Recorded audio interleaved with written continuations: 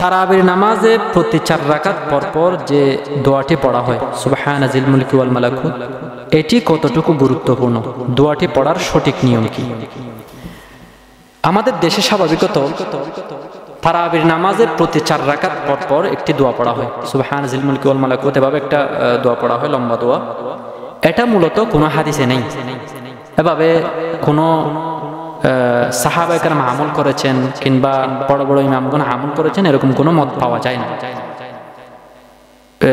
বিভিন্ন ফিকহি কিতাবাদিতে অতটুকু এসেছে, যেমন ধরেন আমি একটা ইবারত শোনাচ্ছি, এটা বাদায়ুস সানের মধ্যে এসেছে 1 নম্বর 648 নম্বর পৃষ্ঠা, যে আন্নাল ইমাম কুল্লামা সাল্লা তারাবিহাতান, ইমাম যখন 4 রাকাত তারাবির নামাজ পড়বে, কাদা বাইনাত তারাবিহাতান কদরা তারাবিহাতান, 4 রাকাত পড়তে যতক্ষণ সময় লেগেছে অতক্ষণ সময় পর্যন্ত 4 রাকাত পর সে মানে ইমাম বসবে এবং মুক্তাদিরা বসবে।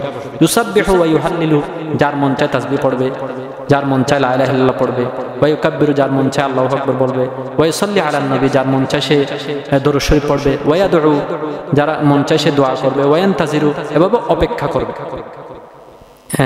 আইজান বাদাল খামিসা কদরাত, এভাবে 10 রাকাত পড়ার পরও কিছুক্ষণ পর্যন্ত অপেক্ষা করবে। তো তাহলে প্রতি 4 রাকাত পর পর যে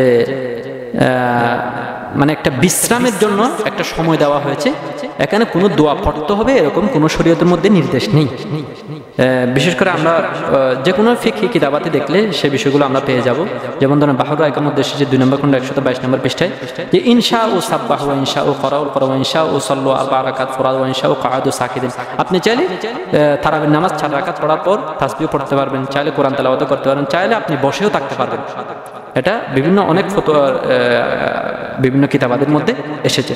তবে হ্যাঁ, ফতোয়া শামির মধ্যে এটাও বলা হয়েছে 2 নম্বর খণ্ড 497 নম্বর পৃষ্ঠায়, যে ইমাম কোহেস্তানি বলেছেন যে তারাবির 4 রাকাত পড়ার পর এই দোয়াটি 3 বার পড়া, যদি কেউ পড়তে চায় পড়তে পারবে।